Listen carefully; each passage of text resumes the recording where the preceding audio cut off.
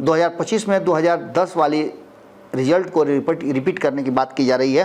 तो ऐसी स्थिति में ये जानना जरूरी हो जाता है कि नीतीश कुमार के लिए भाजपा जरूरी है या मजबूरी है। जो 3 राज्यों के चुनाव हैं एक साथ हो जाएं, दिल्ली के, झारखंड के और महाराष्ट्र के। ये तख्ता पलट किस बात का इंतजार कर रहा है? हरियाणा में कहा यह जा रहा है कि कांटे की टक्कर है और संभावित है कि भारतीय जनता पार्टी, जो सर्वे रिपोर्ट आ रहे हैं, जो इस तरह की बातें चल रही हैं, भारतीय जनता पार्टी पूरी तरह से कॉन्फिडेंट है कि वो सरकार बना रही है। कि रास्ते अलग हो गए हैं। अशोक चौधरी बिहार में हैं और बिहार में नीतीश कुमार के करीबियों में से एक कहे जाते हैं, तो वहीं दूसरी तरफ ललन सिंह अब दिल्ली की राजनीति में नरेंद्र मोदी और अमित शाह के करीबी हो गए हैं। पनोरमा ग्रुप, जो सोचता है वो करता है, आपके अपने सपनों का आशियाना।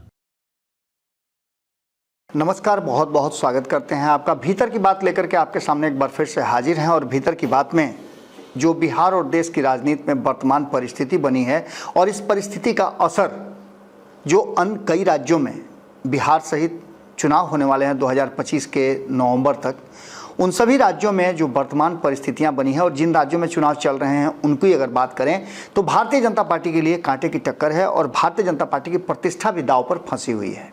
पहली बात तो ये कि आपने देखा कि 2024 के चुनाव में भारतीय जनता पार्टी का जो ड्रीम प्रोजेक्ट था, राम मंदिर और रामलला की उस मंदिर में स्थापना, वो काम तो पूरा हो गया, लेकिन उसका फ़ायदा जो चाहिए था वो भारतीय जनता पार्टी को नहीं मिला। तो क्या आगे आने वाले समय में भारतीय जनता पार्टी के लिए चुनौती और कड़ी होगी? क्योंकि चुनाव हो रहे हैं जम्मू कश्मीर में और जम्मू कश्मीर में धारा 370 से लेकर के 35 है और जितनी भी ज़रूरतें थी, जितनी भी पहले से योजनाएं बनाई थी भारतीय जनता पार्टी ने, उन सभी योजनाओं को क्रियान्वित कर दिया। अब 10 साल के बाद चुनाव हो रहे हैं, तो भारतीय जनता पार्टी की वहाँ वर्तमान स्थिति क्या होगी, इन सभी विषयों पर चर्चाएं चल रही हैं। तो वहीं हरियाणा को लेकर के भी बहुत सारी बातें चल रही हैं। हमने आपको खबरों में बताया भी था, नहले पे दाला में हमने आपको बताया था कि क्या स्थिति है अभी वर्तमान में और क्या कुछ हुआ है इन 5-6 सालों में। खैर, इन सारी बातों से अलग हम बिहार की अगर चर्चा करते हैं तो बिहार में भी चुनाव होने हैं और बिहार संभावित लग रहा है कि बिहार का चुनाव, जो 3 राज्यों के चुनाव हैं एक साथ हो जाएं, दिल्ली के, झारखंड के और महाराष्ट्र के। महाराष्ट्र के चुनाव को लेकर के भी भारतीय जनता पार्टी की सांसें फूली हुई हैं और वहाँ जो वर्तमान परिस्थिति बनी है उसमें लोकसभा के प्रदर्शन के आधार पर देखा जाए तो बहुत अच्छी स्थिति नहीं कही जा सकती है। तो वहीं बिहार में भी 2019 की अपेक्षा 2024 के चुनाव में बहुत बढ़िया प्रदर्शन नहीं हुआ है। भारतीय जनता पार्टी की अपनी जीती हुई सीटें भी 2014 और 2019 से कम मिली हैं। तो ऐसी स्थिति में आप समझ सकते हैं कि निश्चित रूप से एक चुनौती भारतीय जनता पार्टी के साथ है और उसी चुनौती को अगर इधर देखें तो नीतीश कुमार उस चुनौती में भारतीय जनता पार्टी के साथ खड़े नजर आ रहे हैं। लोकसभा के चुनाव की बात कर लें या फिर विधानसभा के चुनाव की बात कर लें, 2025 में 2010 वाली रिजल्ट को रिपीट करने की बात की जा रही है। तो ऐसी स्थिति में ये जानना जरूरी हो जाता है कि नीतीश कुमार के लिए भाजपा जरूरी है या मजबूरी है, और यही बात भाजपा के लिए भी लागू होती है। हम ऐसा क्यों कह रहे हैं? तो इसके पीछे एक कारण है कि बार बार ये चर्चा हो रही है कि तख्ता पलट हो जाएगा। ये तख्ता पलट किस बात का इंतजार कर रहा है? हमने आपको कई बार बताया है कि 3 महीने काफ़ी कठिन हैं नरेंद्र मोदी और अमित शाह के साथ साथ जेपी नड्डा की जोड़ी को। इस जोड़ी को अग्नि परीक्षा देनी है और अग्नि परीक्षा से निकल करके भी सीता को जिस तरह से अभयदान नहीं मिला था, उसी तरह से उन्हें फिर से वनवास दे दिया गया था। उसी तरह से क्या भारतीय जनता पार्टी के साथ भी इसी तरह की संभावनाएं नजर आ रही हैं? भारतीय जनता पार्टी और भारतीय जनता पार्टी का पूरा थिंक टैंक बहुत तेजी से काम कर रहा है और नरेंद्र मोदी की कुर्सी बनाए और बचाए रखने के लिए हर वो काम किए जा रहे हैं। लेकिन इस बीच में भारतीय जनता पार्टी की परीक्षा लगातार हो रही है। हरियाणा में कहा यह जा रहा है कि कांटे की टक्कर है और संभावित है कि भारतीय जनता पार्टी, जो सर्वे रिपोर्ट आ रहे हैं, जो इस तरह की बातें चल रही हैं, भारतीय जनता पार्टी पूरी तरह से कॉन्फिडेंट है कि वो सरकार बना रही है जम्मू कश्मीर में भी और हरियाणा में भी। लेकिन विपक्ष का ये मानना है कि किसी भी परिस्थिति में इस बार सरकार भारतीय जनता पार्टी की वापस नहीं हो रही हरियाणा में। खैर, इन परिस्थितियों को अगर गौर से देखें तो आगे आकर के आप दिल्ली की बात कर लें, दिल्ली में भी कहना यह है दिल्ली सरकार की कि चुनाव समय से पहले ही करा लिया जाए। तो वहीं झारखंड और महाराष्ट्र के चुनाव भी कभी भी अनाउंस हो सकते हैं। इस बदली हुई परिस्थिति में बिहार भी उसी रास्ते में खड़ा है, उसी क्यू में बिहार भी खड़ा है और बिहार भी इंतजार कर रहा है कि आखिर होगा क्या। इस बीच में बिहार में जो कुछ भी हुआ है वो बातें आप अच्छी तरह से समझ रहे होंगे। हम आपको 2-3 बातें बहुत मोटी मोटी बता देते हैं। पहली बात ये कि कल अशोक चौधरी का एक ट्वीट आया था। उस ट्वीट ने बहुत सारी कहानियों को जन्म दिया। कहानी ये कह रही थी कि नीतीश कुमार के लिए अब भारतीय जनता पार्टी ही एकमात्र रास्ता है जो आगे उनको स्थापित रख सकती है, उनकी पार्टी को रख सकती है। पहली बात ये। दूसरी बात कि अशोक चौधरी दिल्ली में सारे डिफरेंसेस को भुला करके ललन सिंह से मिलते हैं। अब डिफरेंसेस की बात करेंगे तो ये इनकार ललन सिंह भी करते हैं और अशोक चौधरी भी करते हैं, लेकिन प्रत्यक्ष को प्रमाण की ज़रूरत नहीं होती है। आपने अशोक चौधरी और ललन सिंह के बीच में जो डिफरेंसेस देखे हैं, बात मानने से इनकार कर देना और भी बहुत सारी बातें, ललन सिंह और अशोक चौधरी के इस झमेले इंटरनल जो कॉन्फ्लिक्ट था उसके दौरान उनका अध्यक्ष पद से हटाया जाना, ये भी बातें सामने आई थी।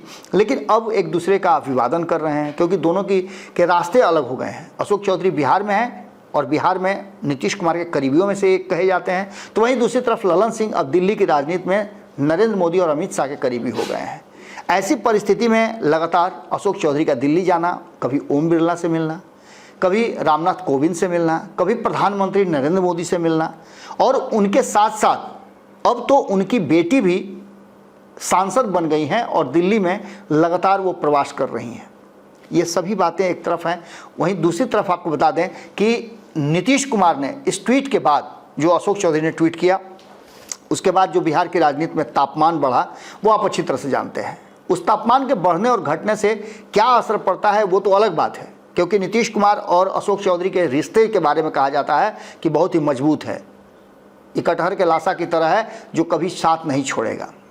लेकिन दूसरी तरफ इसको लेकर के जो अलग अलग बयानात आ रहे हैं वो काफ़ी चिंताजनक हैं और ख़ास करके इस बात की तरफ इशारा कर रहे हैं कि एनडीए में सब कुछ ठीक ठाक नहीं है। अशोक चौधरी के बयान के बाद और नीतीश कुमार के ऊपर उन्होंने ये बयान दिया है या ये ट्वीट किया है, ये बातें अब लोग कहने लगे हैं। कल ही उपेंद्र कुशवाहा ने इस पर प्रतिक्रिया दी। इसके अलावा और कई नेता हैं जो इस पर लगातार प्रतिक्रिया दे रहे हैं। इससे पहले अशोक चौधरी को लेकर के आपने देखा होगा भूमिहार वाली बात पर बहुत कुछ हुआ था। उनकी पार्टी के भीतर भी अशोक चौधरी के इस बयान को लेकर के, भूमिहारों वाली बात को लेकर के काफ़ी नाराज़गी थी। खुद उनके प्रवक्ता ने अशोक चौधरी का जम करके इस पर कोट किया था, उनके इस बयान पर आपत्ति दर्ज की थी। खैर, इन सारी बातों को लेकर के भूमिहार समाज सब कुछ अभी सोच ही रहा था। इसी बीच में नीतीश कुमार अशोक चौधरी को लेकर के जहानाबाद फिर से चले जाते हैं। ये सारी प्रक्रियाएं चल रही हैं। इसी बीच में एक ट्वीट जो है अशोक चौधरी के ट्वीट के बाद आ गया है मुख्यमंत्री नीतीश कुमार का। हम वो ट्वीट आपको पढ़ के सुनाते हैं। उस ट्वीट में कहीं ना कहीं नीतीश कुमार ने अपने दिल की बात रखी है और दिल की बात रखने में उन्होंने कोई कसर नहीं छोड़ा है। ये किसको एड्रेस कर रहे हैं ये भी आपको बता रहे हैं। आपको पता ही होगा कि उन्होंने प्रधानमंत्री नरेंद्र मोदी को एड्रेस किया है। इस ट्वीट के माध्यम से वो क्या कहना चाहते हैं इससे स्पष्ट होता है कि भारतीय जनता पार्टी नीतीश कुमार के लिए ज़रूरी है या फिर मजबूरी है। 2025 के चुनाव की और भी बातें आपको कहेंगे, पहले हम इस ट्वीट को पढ़ करके सुना देते हैं। उन्होंने लिखा है कि आदरणीय प्रधानमंत्री श्री नरेंद्र मोदी जी की अभी हाल ही की अमेरिका यात्रा के दौरान दोनों देशों के बीच निवेश बढ़ाने को लेकर लिए गए निर्णय स्वागत योग्य है। दोनों देशों के बीच लिए गए निर्णयों से अत्याधुनिक तकनीकी क्षेत्र में निवेश बढ़ेगा और विकास के नए रास्ते खुलेंगे। बिहार के लोग माननीय प्रधानमंत्री श्री नरेंद्र मोदी जी की अमेरिका यात्रा के दौरान की गई घोषणाओं और उनसे उत्पन्न होने वाले नए अवसरों से उत्साहित हैं। विश्व के नेताओं और भारतीय प्रवासियों द्वारा माननीय प्रधानमंत्री श्री नरेंद्र मोदी जी का गर्मजोशी से किया गया स्वागत उनके नेतृत्व को मजबूती प्रदान करता है। इस यात्रा के दूरगामी एवं सकारात्मक प्रभाव होंगे। इस सफल यात्रा के लिए आदरणीय प्रधानमंत्री जी को बधाई। ये बार बार बधाई दे रहे हैं नीतीश कुमार। अब नीतीश कुमार के इस बधाई के साथ साथ एक और बात बड़ी महत्वपूर्ण है कि क्या भारतीय जनता पार्टी 2 राज्यों में जो चुनाव हो रहे हैं 4 अक्टूबर को इसके परिणाम आएंगे, उसके बाद भी क्या इसी व्यवहार के साथ रहेगी। एक तरफ चिराग पासवान जो सीट शेयरिंग के समझौते को लेकर के तस से मस होने के लिए तैयार नहीं है, जीतन राम मांझी जिन्होंने लगातार नीतीश कुमार से मुलाकात तो की लेकिन जिस तरह की बातें कर रहे हैं वो कहीं से दिखाई नहीं दे रहा है कि वो नीतीश कुमार के साथ खड़े हैं, क्योंकि उन्हें भी पता है कि नीतीश कुमार के एनडीए में रहने से घाटा उन्हीं को होना है। ये 2020 की तरह स्थितियां नहीं हैं। अब इन सभी परिस्थितियों से निपटने के लिए जहां एक तरफ जनता दल यूनाइटेड के भीतर ही कई गुट बन गए हैं, वहीं भारतीय जनता पार्टी इस पूरे मामले को बड़ी माइन्यूटली वॉच कर रही है।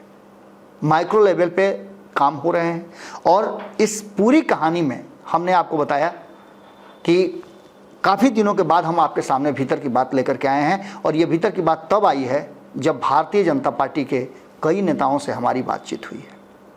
भारतीय जनता पार्टी के कई शीर्ष नेताओं से हमारी बातचीत का बेस और लाइन यही था। ऑफ द रिकॉर्ड बातों को हम सामने सार्वजनिक नहीं कर सकते हैं, लेकिन इसके साथ साथ एक और बड़ी महत्वपूर्ण बात बताते हैं आपको कि जनता दल यूनाइटेड के भी कई शीर्ष नेतृत्व के नेताओं से हमारी बातचीत इस बीच में हुई है। सरकारी तंत्रों को लेकर के भी नीतीश कुमार के इमेज को कैसे बिल्ड किया जाए, इसकी भी तैयारियां शुरू हो चुकी हैं। कहा तो ये भी जा रहा है कि इन 2 राज्यों के चुनाव के बाद एक बार फिर से तख्ता पलट की तैयारी थी। अब ये तख्ता पलट से पहले ही गेम चेंज हो जाएगा या फिर कोई नई कहानी रची जाएगी, ये भीतर ही भीतर चल रहा है। जैसे जैसे इस पर अपडेट आते जाएगा हम आपसे फिर जुड़ेंगे। तब तक के लिए हमें दे दी इजाज़त, और भारत लाइव के अलग अलग प्लेटफॉर्म पे आप देखते रहिएगा खबर और अपने विचार जरूर दीजिएगा। नमस्कार। पनोरमा ग्रुप, जो सोचता है वो करता है। अगर ये वीडियो पसंद आई और वह बिहार के राजनीति और बिहारियत से सरोकार रखेनी तो सब्सक्राइब बटन दबा के चैनल के सब्सक्राइब कर ली। ओजे एगो घंटी बा, ओकरा बटन दबा देला से कुल सटीक और मारक खबर रुआ मुफ्त में मिल जाई। अगर रुआ पत्रकारिता के हमनी के नया प्रयोग में सहयोग कर चाहतानी तो ज्वाइन बटन दबा दी। पेटीएम नंबर नोट कर ली 9386816700। धन्यवाद।